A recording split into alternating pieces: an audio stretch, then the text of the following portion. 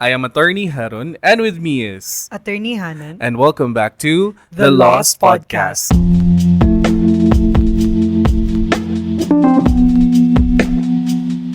Hi everyone, we hope you're all doing alright, and we hope you missed us. We are excited once again to have you with us for this season as we dive into the world of law, life, and everything in between. So whether you're commuting, studying, or just taking a breather, we are glad that you are tuning in because it's time to get lost. Assalamualaikum everyone. Hi, Attorney Hanan. Welcome back sa podcast natin. Season 5. Hello everyone. Hello. Attorney Hanan. After more than half a year. No, more than half a year. Or almost a year. Almost a year.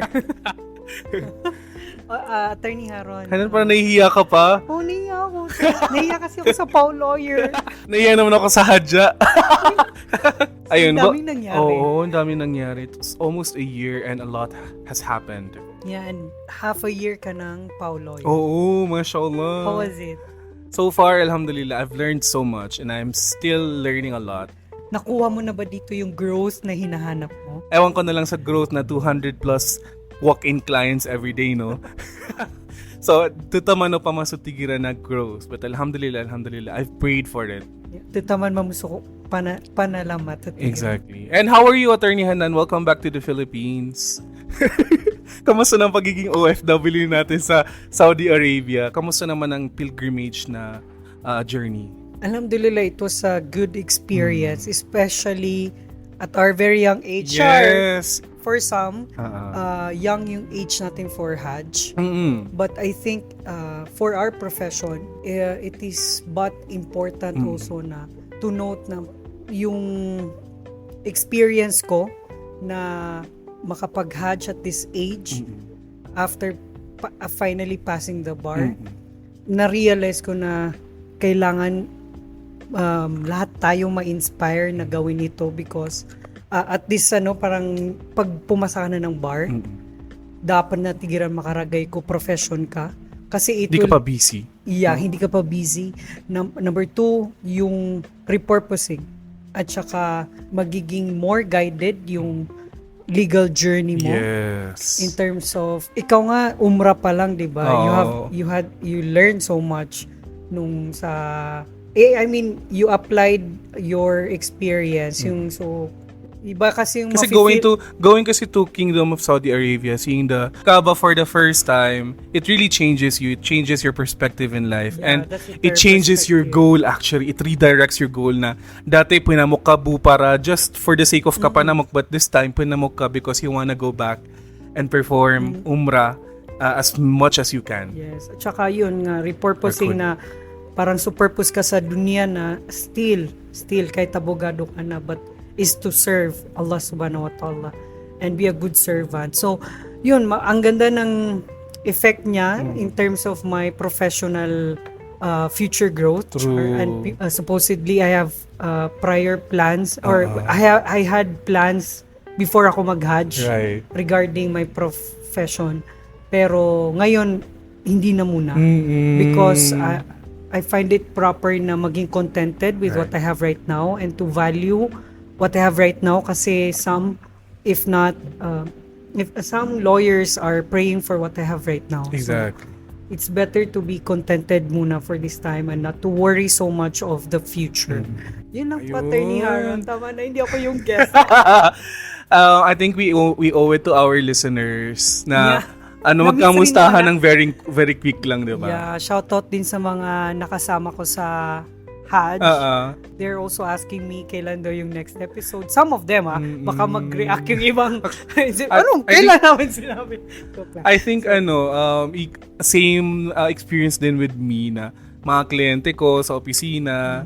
Attorney, kailan po yung next episode nyo? So, and a lot of people, no? Kaya ginagawa kong rason na lang is, busy si Attorney Haron. Wow, ako talaga. Which is true po naman. Kaka-transfer niya lang. Buti nga naka-adjust, di ba?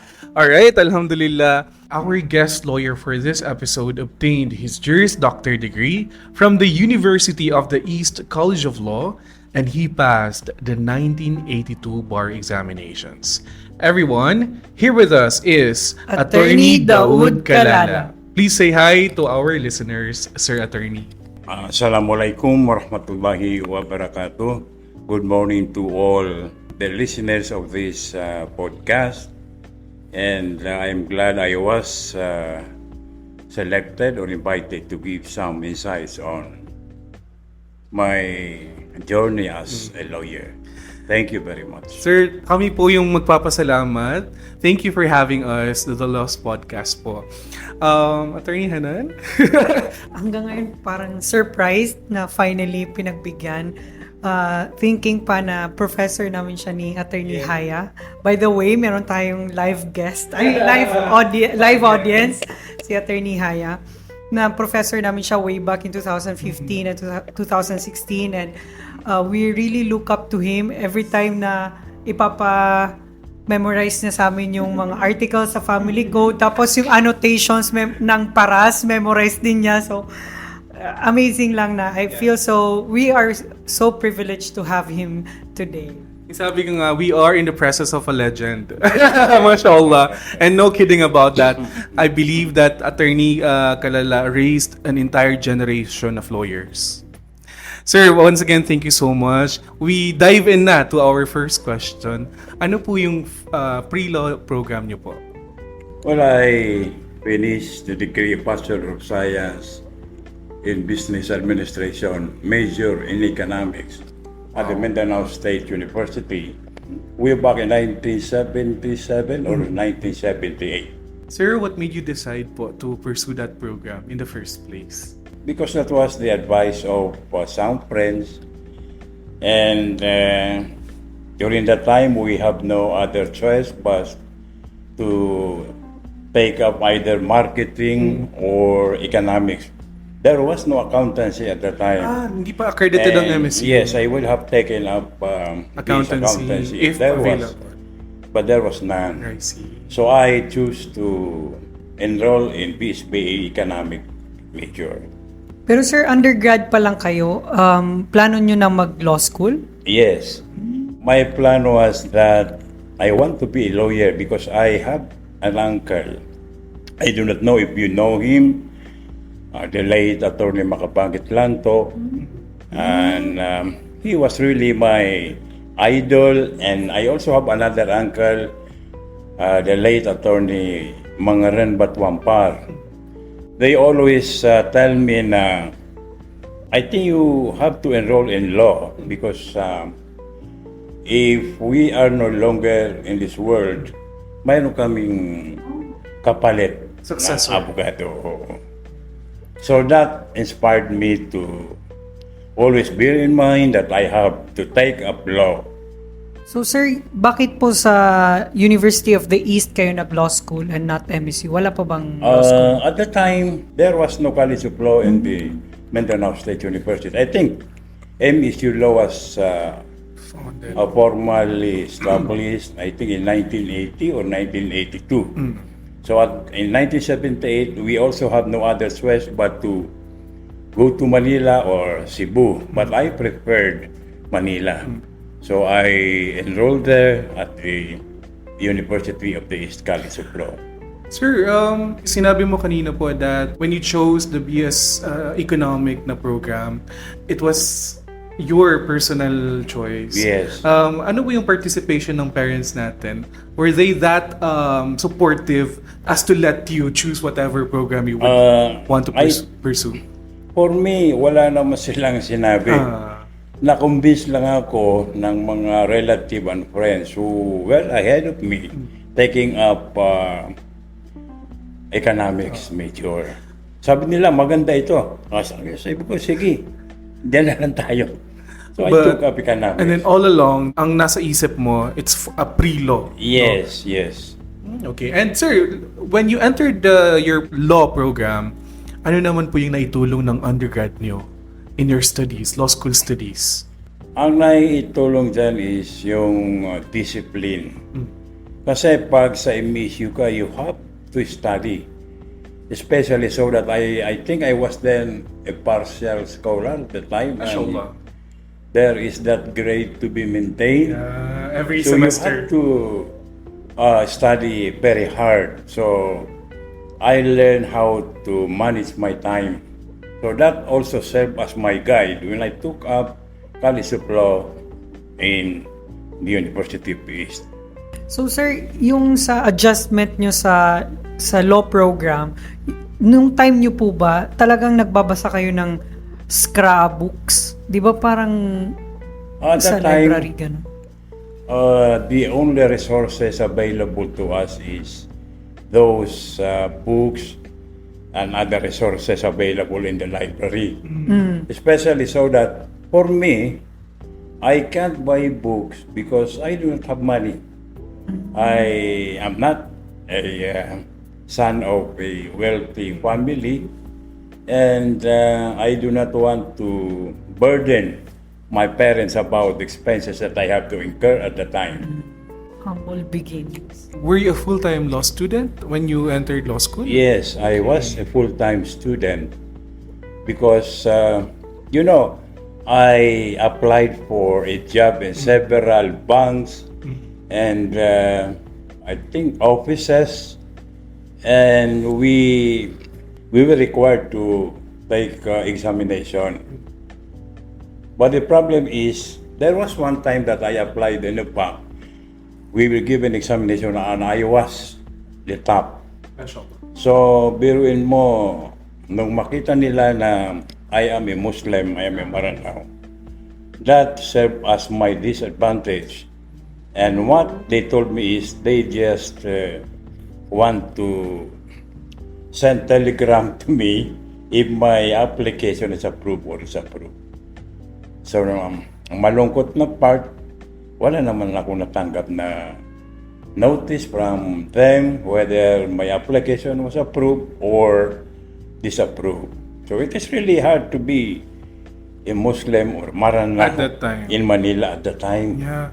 So that made you decide to just become a full-time law student. Yes, I tried to look for a job, but I failed to find one.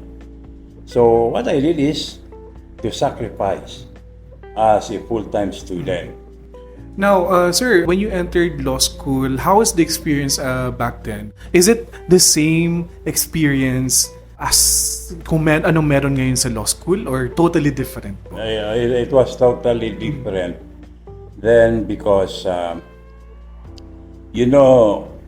pag galing ka ng probinsya, then all along napunta ka na Maynila. Iba yung environment. Bagong salta, sabi nila. Oo, sa College of Law. And na-realize ko na itong pag-take ng law is not that easy as most believe it to be. Because at the very first day of classes, expect that you will be called to recite. There was an experience I really had in the first year law when I was called to recite, I think, political law at the time. And I have a relative who happened to have a book na nung malaman niyang kukuha ko na law, binigay niya sa akin yung libro. And it's all about the 1935 Constitution. So I memorized the preamble, some of the provisions of the 1935 Constitution. Then I was confident when I entered the first day of classes because I believe na kung matawag ako, I can answer. So, tama nga, when I was called, what do you know about our Constitution? Then I started memorizing or stating the preamble of the Constitution, not knowing that that was really a 1935 Constitution. Now, when I finished reciting, the class burst into laughter, and I was shocked. Until the professor said, "Don't you know that the 1935 Constitution was amended or superseded by the 1973 Constitution?" So sabi ko, "Sir, I'm sorry because the only available resources given to me was a book involving the 1935 Constitution. So I really do not know of this amendment because this is our first day in class. So I cannot be expected to know this 1973 Constitution. So yun, sabi niya, okay, better luck next time. So please tapon mo na yung libro niya. Nakakaano, I was really, yun bang napahiya ako sa class. Confident pa ako, nagyayabang pa na marami ako alam. Yung pala, obsolete na yung... Funny siya, attorney, no? But it made me realize na at this generation, we are privileged na ang dami ng opportunities for us to Yes. learn. Ang daming resources. But back then, just imagine, yun lang yung book ni Attorney Yun lang. Kalala. And, di ba, kahit ito sa available resources at that time. Kung mayroong ang available resources yung sa library at pinag-agawan pa. Kaya usually, I am the first to arrive at the library and the last to leave. Kasi nahabol ko na pag nahiram itong libro, wala na akong mahihiram. So as I said earlier na I cannot buy because I have no money. So nag-sacrifice lang ako na gamitin yung kung ano man ang nasa library. Yun ang nangyari. As mahina sa memorization, parang naawa ko dun sa part. Naging clear. Naawa ko dun sa part na minimemorize niya yung Yes. 1935. Tapos, so sir, nakabawi po ba kayo sa subject? Nakabawi ako Of course. nung Sir Kalala yan eh. subsequent meetings. So I was again called and I have answered the question asked of me. Hindi, wala nang tumatawa sa amin. So, that was your most memorable recitation during law school Yes. or may iba pa? The second one is when I think the subject is evidence under Dean Antonio Gregorio. I do not know if you have heard Dean Antonio Gregorio, the author of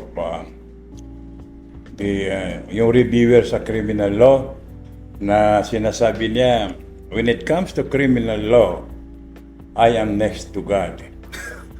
So when he called me to recite, I really do not know the answer. So I answered. You know what he said? Attorney Bulero, you may sit down. Stop bluffing. That is the second na napahiya ako talaga. Attorney Bulero. So, I did not take that against the professor. What I did is, nag-aral ako na nag-aral until the midterm exam came na I was the number 1 sa sakra exam namin. Kasi para bang inaano ko na napahiya ako, dapat i-prove ko na I also know the law. I'd like to ask, curious lang din po ako, ikaw lang po ba yung Maranao, Muslim Maranao at that time, during sa batch nyo, or... Marami kaming lawyers. There are, I think, more than 10 students at that time. na mga... And when we took the bar in 1982, I think there were about 50 Maranaos. And only 4 of us made it. Ako, Attorney Bubong, Attorney Osmin Jamel, and Attorney Ulawasan. So, 4 lang kami na pumasa at the time. Ano yung mga ginagawa mo, sir, nung law student ka na sa tingin mo were effective in you topping your classes? Ang style ko is, I used to take down notes. Okay. So I made that when I study for the midterm or for the final examination because that is really very important. You have to take down notes. Especially yung mga sinasabi ng professor ng mga important legal principles, so you have to write that. So I also stick to the textbook. Kasi kung ano nandun sa textbook, yun naman ang lalabas din sa exam.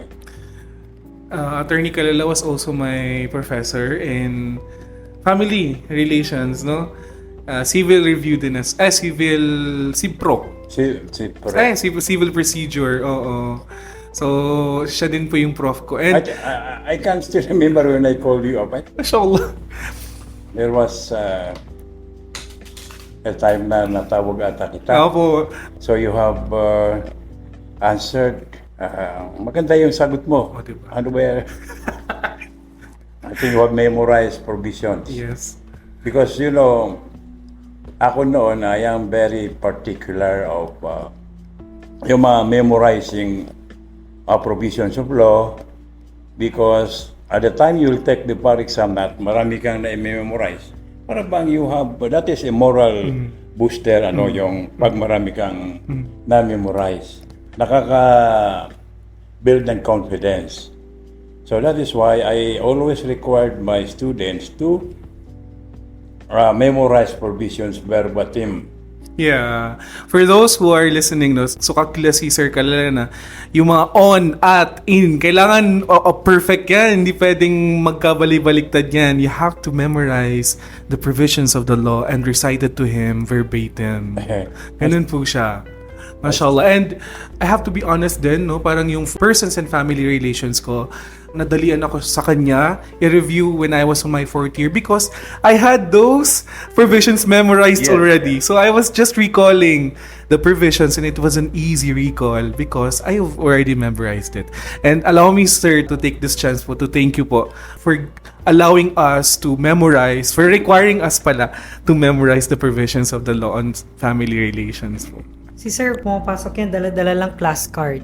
Tapos pag pina-recite ka niya ng article, tapos minali-mali mo, pipikit lang yan, tapos i-verbatim niya na sasabihin yung law. Tapos papabawiin ka niya sa annotation, okay, explain mo yung ibig sabihin ng law na yun, hindi mo na naman ma-explain. Ika-close na naman niya yung eyes niya, tapos marirealize mo na parang binabasa niya yung annotation. Sir, paano niyo yun ginagawa na parang memorize niyo yung even the annotations? Hindi kasi ang style ko nung ako estudyante, when I read books, I always started from page 1. Oh, okay. Like for instance, kung mag-start ako mag-study ngayon, then I have to start from page 1 up to kung ano mang makaya mo. Kung nakarating ka ng page 50, for instance, then kinabukasan mag-study ka uli, you have to start from page 1. That is the use of having a marker, i-underscore mo yung mga important points. So kahit i-glance mo lang yung 1 to 50, alam mo na yan. Naalala ko ang advice yan ni Sir sa Then makarating ka naman lang, halimbawa natapos mo 100, then the next day magbabasa ka start from page 1. Tapos nasabi niya yan sa law school. yun ang style ko kasi that was effective to me. Always back to page 1. Page 1. Time will come na pag tapos mo yung libro, alam mo na lahat yung kung ano man ang nandoon. Kasi mahirap din yung, di ba, you are reading books, then kinabukasan, hindi mo na alam kung ano yung nabasa mo kahapon. So, pag nire-repeat mo yan, time will come na you will have a complete mastery of what you have read. Yun ang nangyari kung bakit na-memorize ko yung provisions ng Civil Code, the Constitution, tsaka yung ibang provisions. And for those who are listening, yung mga law students natin dyan, and incoming law students, please take note of that, no? You might want to use it and see for yourself if it will be working for you, yung ganong technique. Kasi I think ako rin nag-work sa akin yun kasi yung first sabi niya mag-take down notes. Ginawa ko yun sa review ko, nag-notes ako. And then from page 1 to, kumbaga every time mag-move ako sa next set of pages, babalik muna ako sa first page, then yung sa summary lang kung ano yung mga I think na importante o glance hanggang. And then effective naman siya kasi yun yung review ko na pumasa ako ng bar. So I think they should really try that technique. as a first year or incoming law student, explore all the study techniques that you can try para makita mo kung ano yung swak sa'yo. Diba? Sir, let's go back to your law student era, no? Ano sa tingin mo, sir, yung pinakamahirap na part ng pagiging law student nung time na yun as someone na kawawatanan, malayo? Unang-unang problema, yung financial requirements. Kasi pag sa malayo ka, the cost of living there is very high. So, you cannot cope up with the cost of living. Kaya kami, tuwang-tuwa kami pag Ramadan time because nagpa-fasting ka, Oh, no. hindi ka na pwedeng mag-take ng merenda or nakakatipid ka. Katipid. Oo. Walang problema kung yung mga anak ng may pera kasi kung sila hindi nila problema yon. Pangalawa, yung time management. Pag hindi ka natutong mag-manage sa time mo, because you also have to know your level, yung level ng retention. Kasi basa ka ng basa dyan, wala namang pumapasok sa utak mo. Sayang lang yung oras mo. So you have to find time kung alin bang oras ang maganda sa akin where my mind is really that receptive of what I Optimized. read. Oo, kasi parang computer din yan eh. Yes. Pag napuno yung utak mo, wala ka nang ma-relate dyan. So you have to, pag napuno na you have to rest for a while and find time na magiging receptive na yung utak mo. Don't force it because that will be useless. Sir, despite these challenges, sir, natapos nyo ba within 4 years yung Yes. law school? Yes. And did you finish law school as Latin honor this time? Oh. Okay. But, Because, you di ba? know, that is due siguro sa financial constraint where Okay. you cannot have resources because you have no money to sustain it. You know, the sad part of it is that during summer vacation, nagsi-security guard ako sa mga hotel. Oh my God, mashallah, Just sir. to makaipon ako for some amount para sa next sem. I did not have the luxury of time there. Hindi rin ako umuwi kasi when I first went to Manila, sinabi ko sa sarili ko na I will not go home or come home unless I am a lawyer. So for the whole 4 years, hindi ako nakauwi ng probinsya. Palagi ako nandoon. So I used yung time sa summer vacation, ako ng security guard. Yung bang, hindi yung naka-uniform, but yung guard sa hotel. I was hired as yung plainclothes security guard sa Mandarin Hotel in Makati. So while I have the work there, nagbabasa rin ako. I always have Kodal na paminsan-minsan, pag wala kang ginagawa, basahin mo yun. Binabasa ko yun. Bago pa pala yung mga stories na nakikita natin sa Facebook na security guard that became a lawyer eventually, meron na pala tayong ganong story din from Nauna Sir. doon. Yes, nauna pala si Sir Kalala dun. Hindi ko kinahihiya yan. I am very proud of that. All along, may ganito pala siyang backstory. Yes. Sir, let's go to your bar review. Kamusta po yung bar review niyo? Sa bar review,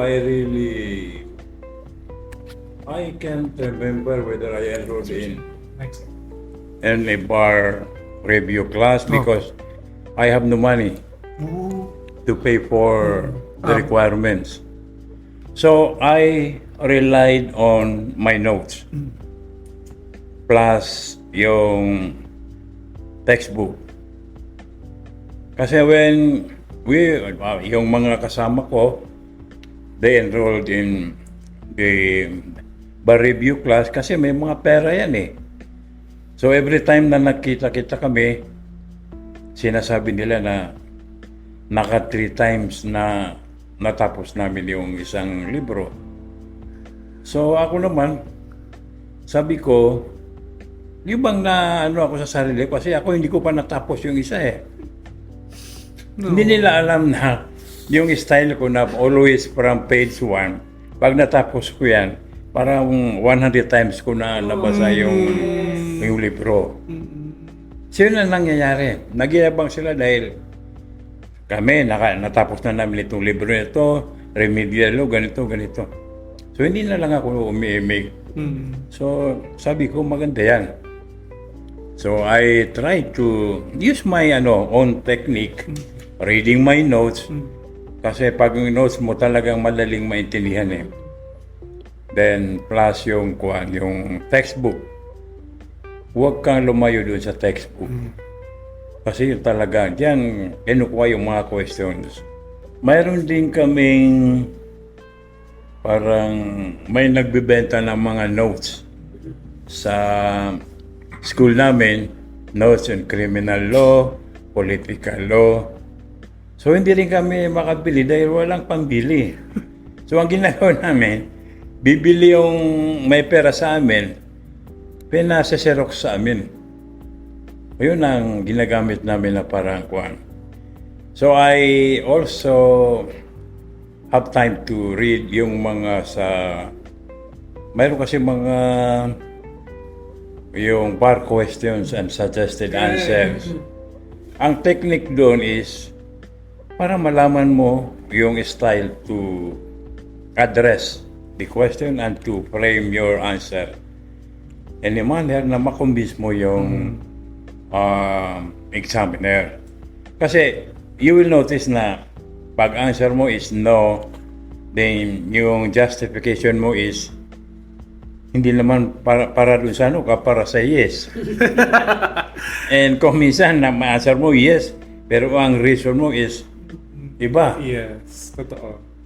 So even the great Attorney Kalala used to read answered bar questions. Isa po yun, sir, sa mga pinaka-highlighted namin na technique sa podcast na to na gamitin ng mga law students or bar review when they will be taking the bar exam. Magbasa ng answered bar questions because it does help. Ayan po, si Attorney Kalala. Coming from him.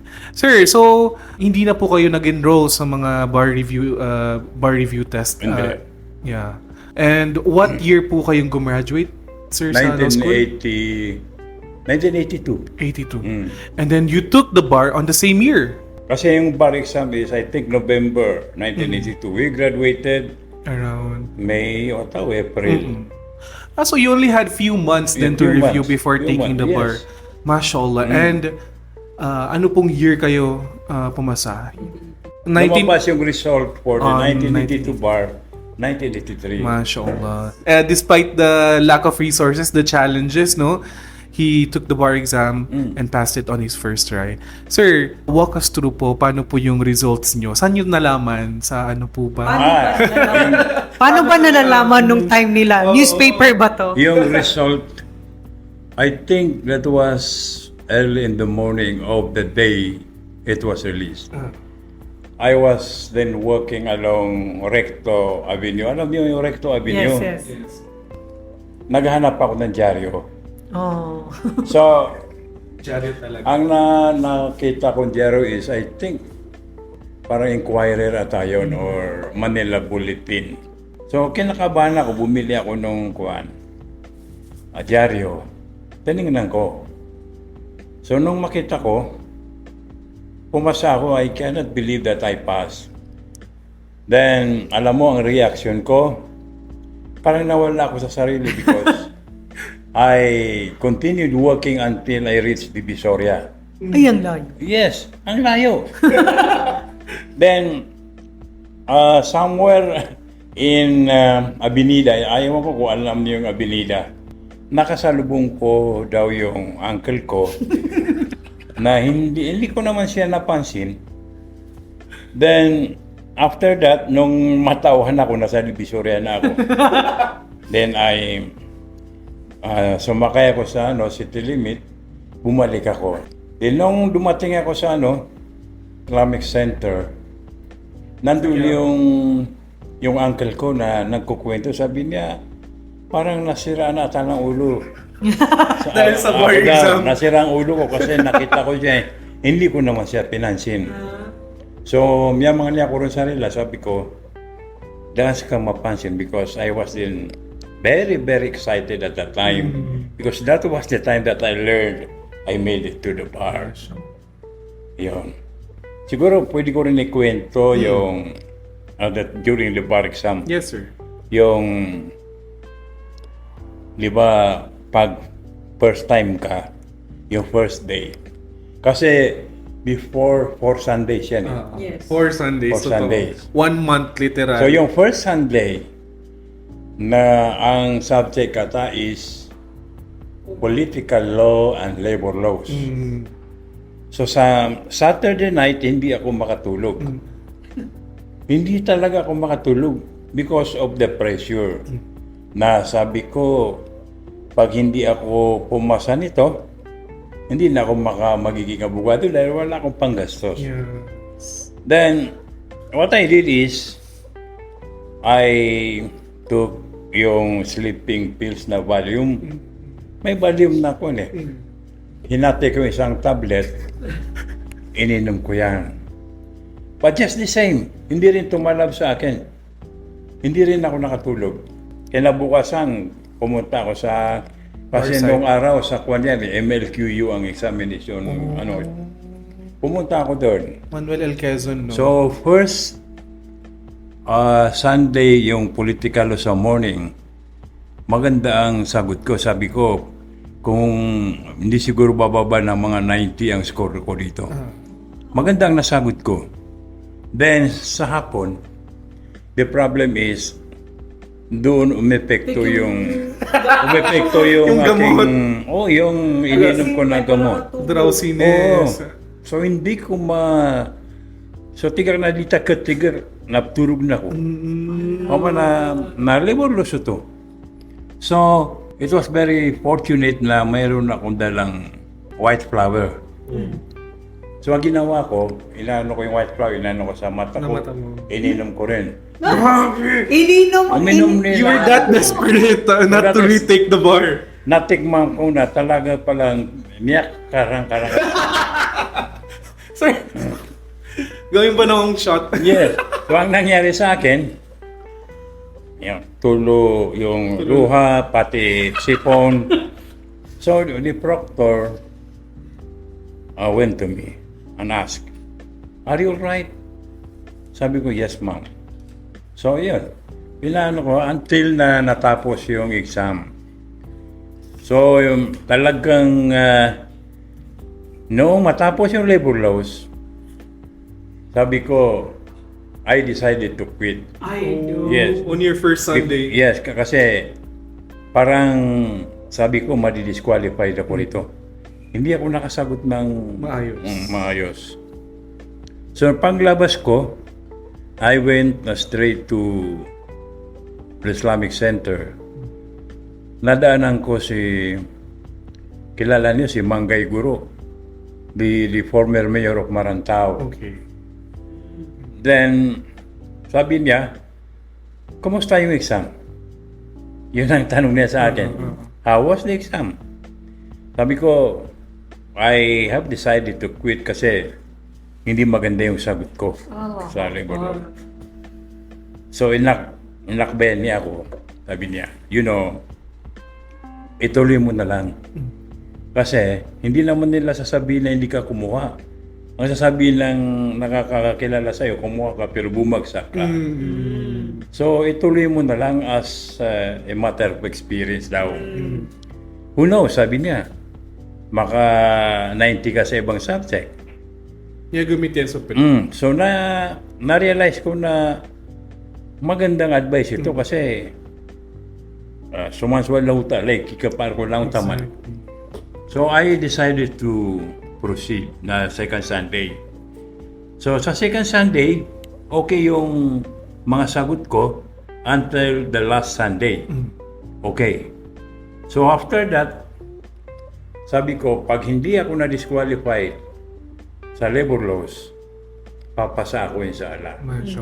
Yun lang ang prayer ko habang nagpapray ako, yun ang hinihingi ko. So, paglabas, pumasa ako when I got my yung test ko, yung result. I got, I think, 55 in labor laws. Grabe. 55. Oh, kung bumaba ng 50, I will be disqualified. Wala bang DQ nung... Ayun. below 50? Below 50 ang disqualification. Oo. So, Borderline. yes, I was lucky na yung hindi ako na-disqualified. Nakabawi sa iba. Nakabawi ako sa ibang subject. Kaya ako, naniniwala ako na kuminsan yung assessment mo dun sa possible score na makukuha mo, hindi yun ang lumalabas eh. Yung expectation mo na mas mataas ang score mo rito, yun pala ang maliit. Pero yung hindi mo ina-expect na yun ang mataas. The thing is, basta pumasa ka, never mind the score. Yes! Exactly. Yun ang Totoo. ano doon. I think I have to state this also. Yung first year law kami, mayroon akong katabi na a graduate from the University of the Philippines na babae. Ay, maganda ba to? Then, kasi nakakatakot doon na mayroong mga taga-UST, if EU, UE, UP, San Beda. Yung katabi ko, yun ang from UP. So, palagi kaming nag-uusap. Hindi ko alam kung biniro niya ako o hindi. Sabi niya sa akin, ang akala ko at tingin sa mga Muslim na may buntot. Nabigla ako kasi sabi niya, huwag kang magalit kasi yun ang naririnig ko sa iba. Sabi ko, hindi. Maling impression yan. O baka ako, they are just joking. Yun ang narinig mo. So, dahil sa maganda siya, Yun talaga yun eh. yes, I made her as my inspiration. Not na nililigawan ko, pero inspiration ko kasi magaling din taga-UP. So, kung kukuha ka man ng seatmate mo sa klase, pumili ka yung pinakamagaling. Ganun. Doon ka. Oo. Pinakamagaling po. Kahit na hindi maganda, basta magaling siya, doon ka tumabi. Kasi marami kang matututunan doon. Mamomotivate Yes, ka. mamotivate ka kasi ang gusto mo, mas mataas ang score mo sa exam. So yun ang nangyayari. I study very hard. So parang nung nag-exam kami, mas mataas yung score ko sa kanya. Kaya nun, ano Nagtapon rin siya niya sa eh. akin. In the It end, was naging healthy competition yun. Meron kayo. Oo, kasi kung yung pinaprove ko na yung mga Maranao ay hindi naman ganyang kabobo kung meron mang At isa pa, there was one time na yung professor namin sa, I think criminal law was Carlos Ortiga. The brother of, I think, Colonel Ortiga, na other time napatay rito sa, hindi ko alam kung sa Ramay na ata. Kasi ang asawa niya is Maranao. Na, So may prejudice yes, may prejudice sa mga Maranao. because of that. Kaya nung makita niya yung ang class card ko, Daud, Arkala, yung bang umano sa kanya na, hindi naman ako tinanong kung taga saan ako. So parang, na niya na Maranao ito. So, dahil dun sa mga balita ng kaklase namin, na mga Maranao din, na wala daw pumapasa doon na Maranao. So, nag-aral ako na nag-aral. So, luckily, I passed his subject. Yun ang nakakatakot na sitwasyon doon sa amin. I think at that time, being one of the few Muslim Maranao sa UE, you have so much to prove, sir, no? Yes. And also coming from a, if I may say, na low-income family, yes. you have so much to prove. And alhamdulillah. Sir, gusto kong balikan yung sinabi mo na 4 years, sabi mo, hindi ka na umuwi sa Ingrid, sa Yeah. ano ka tag, sir? Sa Para ko to. Kauto. Hindi ka na bumalik sa inyo. Hindi ako umuwi. Ano po yung reaction nila when you went home as a lawyer? Gusto din nila yan eh. Kasi yung hindi ko pag-uwi dahil pagbabalik ako sa Manila, problema din nila yung Gasto. yung paggastos. So, diyan ka muna. Oo, diyan ka na lang muna. Kasi for our families and relatives, iisa lang ang may gustong mag-proceed ako sa law. Yung grandfather ko, sa father side, pakasurgan wala utala, sa kanya buhi, pamana, makaayon lang at the time. At lang uno lahat ng possible expenses ko at that time na siya ang So, siya ang sponsor. yeah, siya ang Tumulong. you know when yung unang pagpunta ko ng Manila, natatandaan ko he give me 900 pesos. So makay kami ng barko noon eh. Hindi tayo makasakay ng aeroplano dahil Wala pang budget airline that walang time. budget. So, paminsan-minsan, 3 months bago ka maka-receive ng allowance. That was the time na I decided to use my time pag summer vacation na mag-security guard just to lessen the burden dun sa aking grandfather. So, sir, paano po yung reaction ng family nyo nung nalaman nila? Siyempre, natuwa sila nung naging abogado ako. Ang daming streamer na... Streamer. Oo. Streamer talaga. Ang daming streamer na nakano sa... kasi oso noon, streamer, walang tarpaulin yan eh. Pero before ka, sir, umuwi, nalaman na nila because may Yes, telegram. yes. Nalaman nila. Pero ang problema nila, hindi ako umuwi kaagad. Inantay ko muna na mardak sa mga streamer. Kasi ayaw ko yan eh. Ayaw ko yun. Okay. Hindi ako umuwi. Nung umuwi ako, medyo nakakuha na yung mga... Oo, na-fail na yung... Eh, dun sa congratulations and ayaw mo kila. Wala na. Umuwi ako ng ganun. Sa isip ko, kung mayroon kayong pambayad dyan, dapat ibinigay niyo sa akin.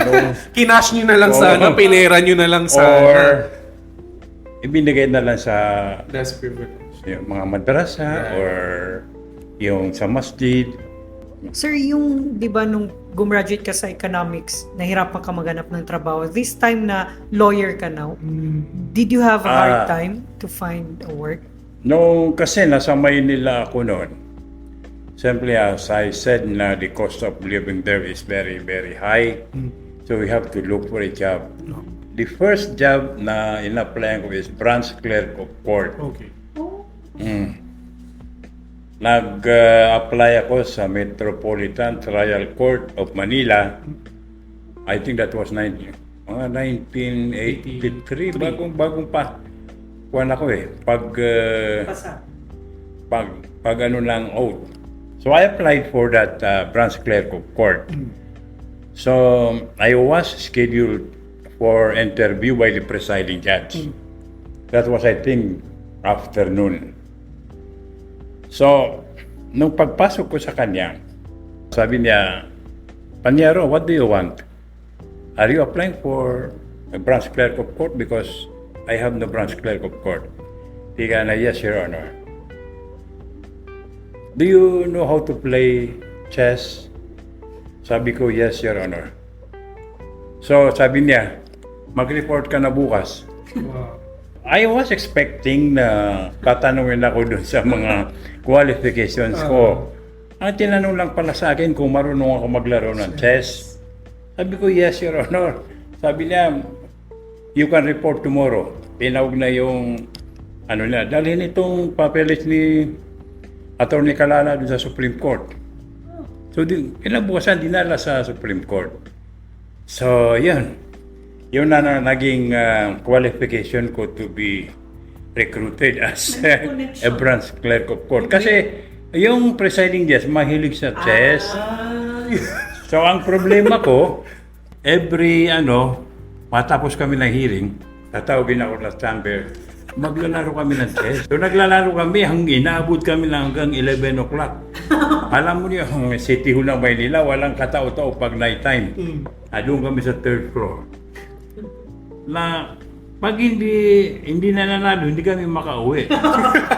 Pag hindi naman papayag na Yes, para manalo, hindi totoo. papayag yan. So, ang nangyari sa amin, Sabi ko, Judge, buti kaya ikaw, kaya may sasakyan ka, ako wala. To the extent na hinahatid niya ako. Oh, grabe. Hinahatid niya ako para lang kuhan. So lahat ng tournament ng ano dyan, mga agency sa Manila, sa chess, kasama kami. Kaya mga national masters na yan, nakalaro na namin yan. Sir, gaano katagal, sir, yung pagiging branch clerk of court niyo? So naging branch clerk ako for 1983 hanggang 1986, yung EDSA Revolution.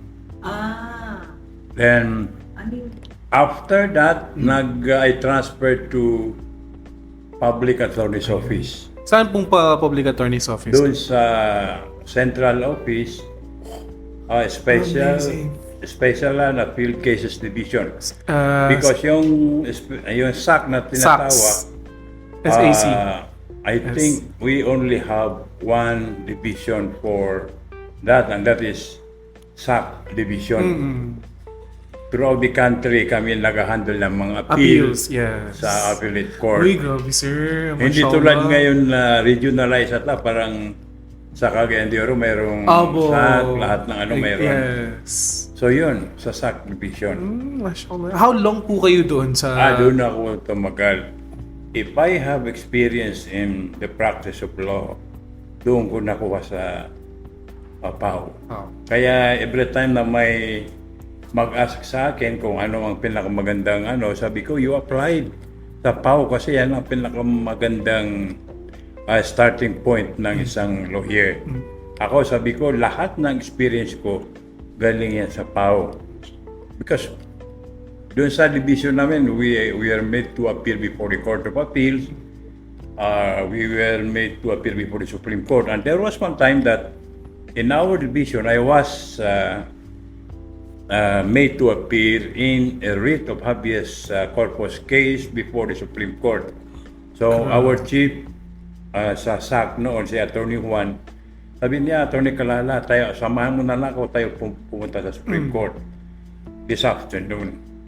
So luckily, sa morning, nakatawag yung kliyente na yung kaniyang husband, the person who was under detention was the husband of that lady. Sabi niya, Sir, nakalabas na yung asawa niya, pinalabas na daw ng mga sundalo. So the case becomes moot and academic, so hindi kami natuloy sa Supreme Court. That was really the first time that I will be able to appear before that. Kung hindi, na-release yung tao. Sa Court of Appeals, naka-appear na ako dyan. As a PAO lawyer, playground po pala ang mga law courts. Kasi appeal cases kasi yung mga hinahandle nila. So, hindi po kayo nakakapag walk-in, sir, mga kliyente, walk-in clients? I also have court assignment. Okay. I requested for court assignment and I was assigned as a PAO lawyer dun sa RFC Branch 26. Even as part of the Yes. SACs, mga appealed cases, mayroon pa rin kayong court assignment? I think if you requested Ah, to have a court assignment, you will be assigned to a particular branch. they would gladly assign you. Nagano ako para at least madagdagan yung aking experience. Yun ang ano ko doon. And gaano po kayo tumagal sa PAO? Then, 1986 to 1992, I think nung last part ng mga 1992, 1993, pagdating ko sa office from a hearing, nag-uusap-usap yung mga kasama ko na they are preparing to take an examination required dun sa mga applicant sa prosecutors. Okay. Yan. Sabi nila, Attorney Kalala, tayo na lang ang umattend sa exam kasi before, when you applied for a fiscal or prosecutor, you have to take a written exam. If you make it in the written examination, you also have to pass a panel interview. So that after that, then you will be appointed as a prosecutor. Sir, wait lang. I'd like to go back muna sa PAO stint mo. May parity law na ba to? may parity law, yung parang equal yung compensation. mababa. Mababa pa Oh, at that compared time. to the prosecutors. Di ba, sir? Mababa yung aming sweldo. Tas, would you say na ang dami yung work at that time sa PAO? Yes, ang daming work pero mababa. Ano lang yan, tumaas lang yung sweldo. Doon sa ano bang batas yung ano? Bago lang. Bago, yun, sir. bago lang. I passed the exam, written. I passed also the panel interview. And then you transferred to? Yes, I was appointed as Assistant Provincial Prosecutor of Rizal. So Rizal noon, maraming covered na municipality or cities. Yung Makati, Paranaque, ang dami. Pasig. Kasi hindi pa mga kuan yun eh. Ang dami naming covered na area. Yes. So our office was in Pasig City. So lahat talaga, sir, ng most of your litigation experience was in Metro Manila. Yes. Mashallah. And Yes. knowing na Metro Manila, napaka malitigate doon, even at that point, no, at that time. Sir, how long po yung tinagal nyo sa fiscal? Fiscalya? I think more than 1 year. Okay. I resigned. Bakit, sir? May reason ako. I want to transfer sa Marawi. I sought help from relatives but parang hindi ako na-transfer. Pero sir, wait lang. Yaka pa nga rumakad niya at that time? Or... Yan ang pangarap ko. Yan ang isang reason ko Ayun. na dahil nakapag-asawa ko. You wanna settle na? Para mapalayo ako sa mga temptation doon sa Metro Manila. Kasi ang daming magandang babae doon. Kahit saan nga pumunta, magagandang babae. And Libay pala to si Sir Wa. Yes, you already have the means na, kasi may sweldo ka na, Yes. na lang ako, uwi na lang ako. So, kaya ka naging private lawyer? Yes, pumunta ako rito umuwi ako. Ang problema, nung pagdating ko rito, walang nakakilala sa akin eh. Akala nila, kuwan ako. Taga Cotabato, Maguindanao. So wala akong makuhang kliyente. Kasi walang... Anong taon to, sir, nung umuwi ka dito sa Marawi? 1993 or 94. Wow. Then, fortunately, nagkita kami ni attorney ewan ko kung kilala niyo, attorney Saro Limnatang, who was then a legal consultant of MSU at the time. Then, sabi niya, para makakuha ka ng gastusin mo for a day, atinan mo itong mga hiling ko. Kasi ang dami niyang kaso. So, umaatin ako sa mga kaso niya. And it was then that I was really upset or surprised for that matter. Kasi pagdating ko sa court, ang tagal na nila, hindi pa nag-uumpisa. Lalabas yung staff na ko, dumating na ba si Atty. Saro, dumating na ba si yung mga abogado na sinasabi niya. Hanggang hindi sila dumating, hindi mag-umpisa yung court. Meaning, yung court, inaantay yung yung mga lawyers. Hindi tulad sa Maynila na pag hindi ka dumating, it's either na you'll be fined or made to explain in writing why you should not be cited in contempt of court. Then, sabi ko, bakit ganun? Sabi ni Atty. Saro, huwag ka na lang magreklamo kasi yun din ang dito eh. Yan ang nakagawian ng mga tao rito Culture sa shock si atin. attorney. Wala kang choice. So, sabi niya, I heard na naghahanap ng legal consultant ang National Power Corporation. Sabi niya, try to visit the legal division there and inquire. So, I went there dito kanan. Pumunta ako sa legal. Fortunately, the chief legal was also a former PAO lawyer. So, nagkaintindihan kami na pareho kaming PAO lawyer. Then, sabi niya, bakit anong problema? Sabi ko, I want to apply as a legal consultant sa NPC. So sabi niya, we have a policy that you have to take examination. So we were scheduled to take examination. I think more than 100 lawyers took the examination. Ano to, Yes. sir? National kwan or Cebu sa... Cebu sa kwan, Dito lang sa amin. Dito lang. Mindanao region. Right. So nag-exam ako. The problem is when I went to the examination room, nakalimutan ko yung aking yung Eyeglass. ay, hindi ko makita yung Questions. hindi ko mabasa. Then pinahiram ako sa Typewriter pa to. kuwan niya, salamin niya, doon ko nabasa yung questions. So, fortunately, hindi ako nagyayabang, pero I was the number one among the examinees. So, I was recruited as a legal consultant ng NPC. Yun ang... Sir, gifted po ba kayo? hindi naman gifted, kundi yung bang dapat sa isang tao, constant reading na lang sa mga tulad niya, mga law books. Kasi tulad niya, nagbibigay naman mga kuwasan law eh.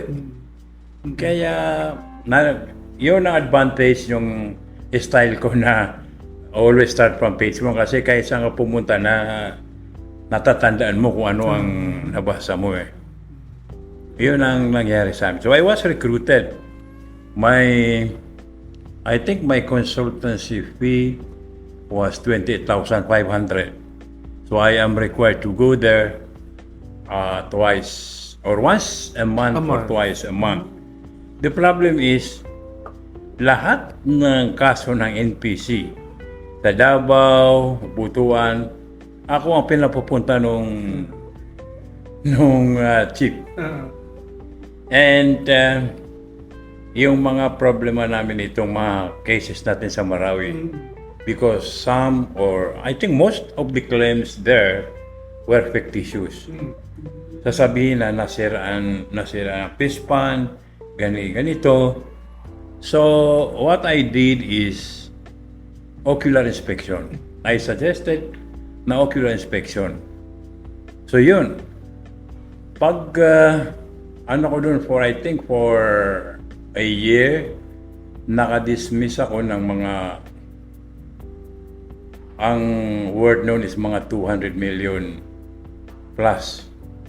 Yung mga claims. Mga claims. Total claims.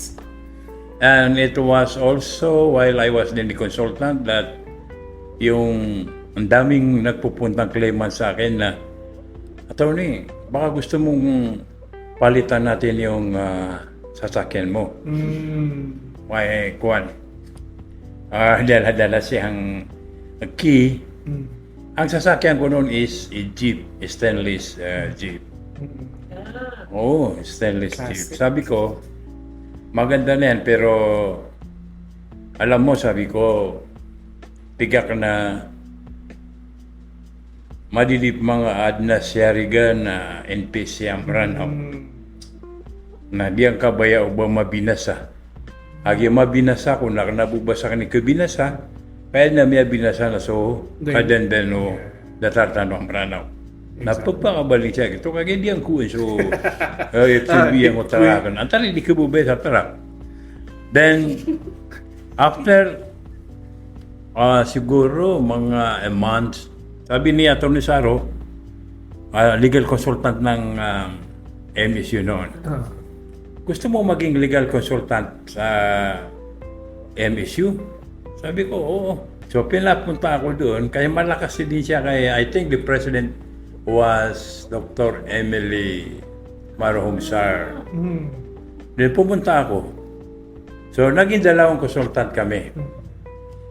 Ngayon, we handled cases filed against MSU with the help of the Solicitor General. Ako, parang naano ko yung sarili ko. Noong pang piskal ako. Kasi ko pa kami ang warta ko ro, nagpa-kwarta ko ro.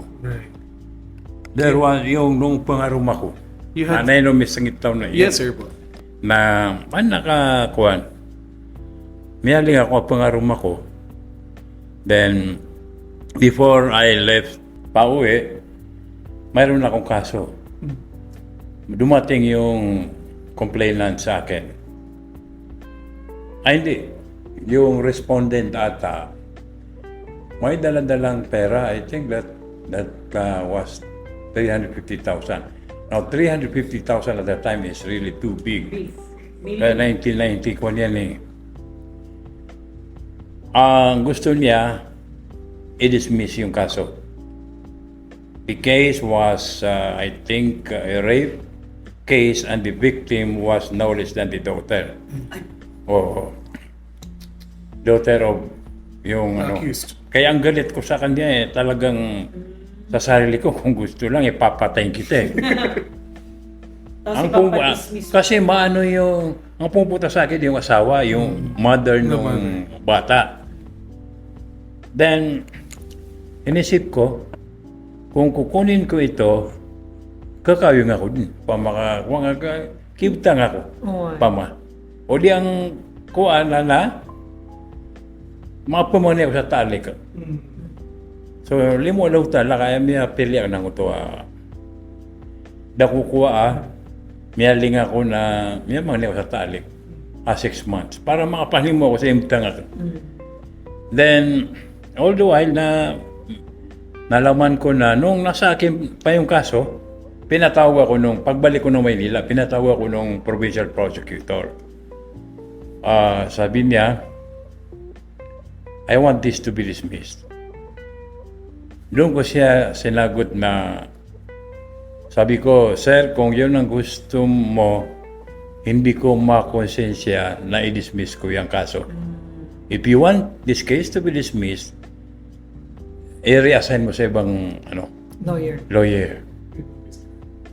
So, ang nangyari yun, na-reassign yung kaso, nawala sa akin. Sa loob ko lang, kahit na-dismiss yan, at least wala akong ano doon. I made a resolution recommending for the filing of a case of rape against the father.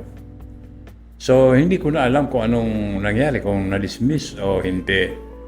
So, isa rin yan kasi sa isang tao, pag nag-give in ka sa ganung mga temptation, yun din ang magiging sa buhay. Every time na may dumating sa iyo, kukunin mo yan. Doon mo makita, Attorney Haron, na yung pagiging legendary ni Sir Kalala is not just because he's a walking paras, but also and matalino, but also because yung dignity niya, yung integrity niya, talagang sinustain niya at pinrotektahan niya. Sir, you've been in the private practice for 2 decades, perhaps yes. more, no? Do you have any tips for new lawyers, for lawyers like us who are just starting sa ganitong litigation na practice? So kasi, yung pagiging lawyer naman yan, dapat honest ka sa client mo. Yun. Mayroon kang duties to your client, duties to the court, and then to the public. Pag sa client mo, kailangan honest ka doon. Don't ever say that you will win the case, however meritorious it may be. Because in the first place, you are not the one to decide. Huwag mong i-assure yung clientele na mananalo kayo, in the end, talo naman kayo. Ang problema sa atin, mayroong mga lawyers na pag natalo yung kaso, sasabihin niya na nabigyan si judge. Tinakot si judge. Yung bang you are passing the blame to another person, which is not good. Yung sabi ko, if you lose, accept it. So just learn from your mistakes. So yun ang naging ko. Pag natalo ako, okay lang. So pangalawa, never ask favor. Doon sa judge, doon sa prosecutor, or sino man. But don't prohibit your client from asking help from other relatives nila. Yes. Or kung ano man ang koneksyon nila sa fiscal or sa judge. yung mga piskal diyan, karamihan naging estudyante ko, never did I ask any favor from them. You can ask them, at kung hihingi naman ako, siguradong pagbibigyan ako. Pero hindi ko ginagawa yon. Never take advantage of it. Yes ka kasi, manalo ka man, pero illegal means. Para bang dataro ka ka na, linga kita mga katawan ka nino kami katabong kaya. Yes. So, ang style ko is, pag natalo ko, accept it, then appeal it to the higher court. Yeah. Yun ang ginagawa ko. So I have cases, natalo ako sa RTC, natalo ako sa Court of Appeals, but I won in the Supreme Court. Ayun ang pinakamasarap na parte ng pagkapanalo. Pag nanalo ka on the merits, hindi yung dahil nagbigay ka ng pera. Yun ang ano. Pangatlo is, you have to be respectful doon sa co-lawyers mo. Because you are just representing clients. Now, why take it personal against a lawyer if you lose? Ano man na makato. So, accept it. Ay kadaklan na pag natalo mo yung kalaban mo, yung bang pinapersonal na yung kung hindi ka kinakausap, ganun, marataw to ako, style. At least di ka pagti sa practice. Panglima is, don't argue with the judge, even if you know that the judge is wrong.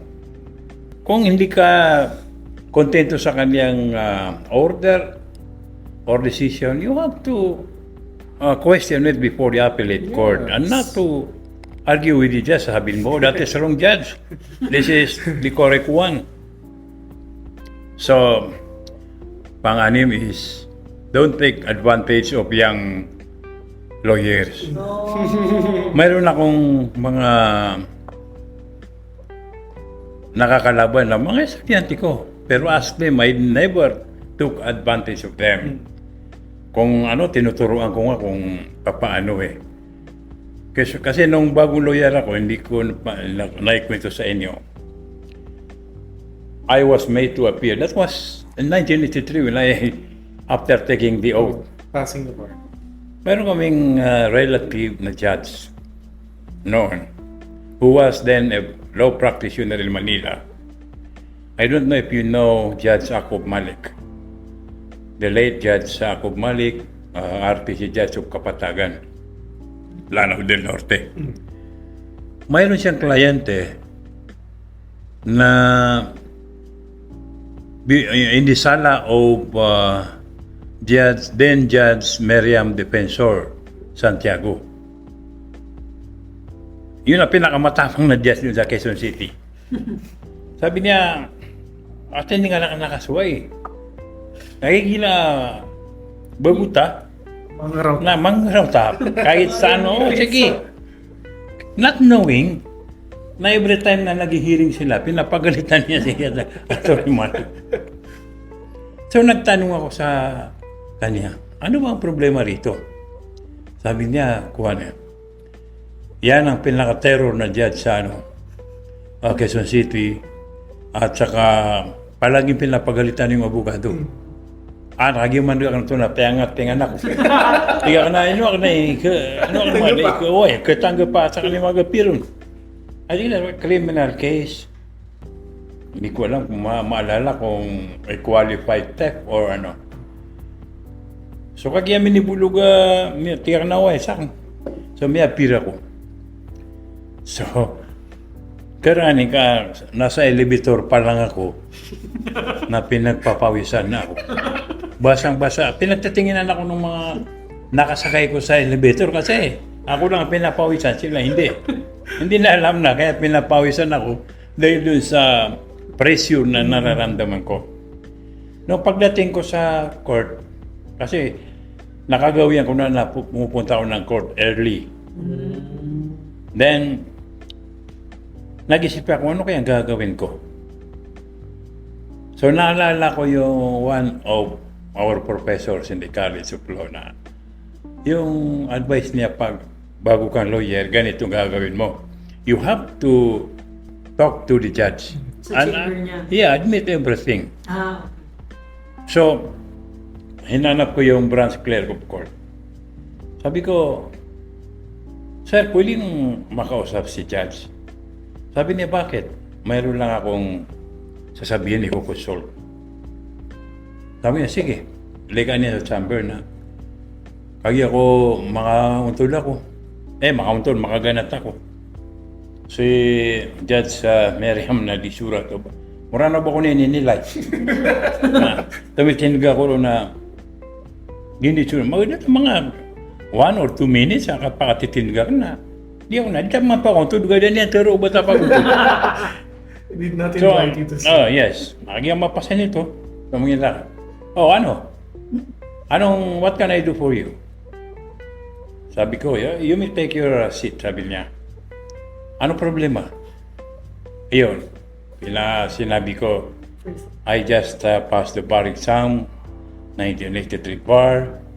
I was requested by Attorney Malik to appear for this case, and I don't know what to do. So, ngumiti siya. Sabi niya, alam mo, lahat naman tayo dumaan dyan eh. Pati ako, sabi niya, nung bagong lawyer ako, ganyan din ang ko eh. Nararamdaman ko na natatakot ako. Ganito yung gawin mo. Mayakapya Ginoo ko, mayakapya Ginoo ko, pero ganito yung gawin mo. Pag tinawag yung kaso, stand up and appear for the accused as counsel. Then ask the court if the complaining witnesses are notified. If they are notified, which I know during the last hearing they did not appear here, ask for at least the provisional dismissal of the case with the consent of the accused. So, yan ang nangyari. Pumasok kami sa courtroom. Yung mga nauna sa akin pasok din lang kay si Judge. Mata niya ni bumungta sa mga aburido. Kaya, ngutam niya nga riribat. Agi ko matawag sa rakan na, namalumya sa anin sa niya. What is the pleasure of Attorney Kalala after I entered my appearance? Your Honor, may I know from the court if the witnesses for the prosecution are duly notified for today's hearing? Sabi niya ako, yung talimanawag sa kaso, I try to look the records if notices were sent to and received by the complaining witnesses. Sabi ng notified. Notified, Attorney Kalala. The witnesses in this case were notified and they were not here. Yun, pinuha na di mo ito tigil ako. Ask for the dismissal of the case provisionally with the consent of the accused. So sabi ko, with that, Your Honor, I move that the case be provisionally dismissed with the consent of the accused here. Order. Then, nasa mga pidabugid, malalang ako yun. Nakatayo na ba ko miya kapasapasa nga kaya sa wida kang muti. Nakatayo na ba sa miya kapasapasa. Nagi ko, wait for the order, Attorney Kalala. Yun. Kasi nakakulong yung So, niya mga sa order, kaya makakuha ko ng kopya. Kumiyasoy ako sa talo, pisya ito. Dudun, adi, may po niya masikita misyon ba sabi. Kaya makamatigin na, ito na miyaso, baka kaya bungtan. Tiga na daki, miya dismiss. Paman na miya dismiss ka, tigin. Tiga na uway. Mura na ba miya atan na gyab na ulan sa 5,000. Yan ateso kuan.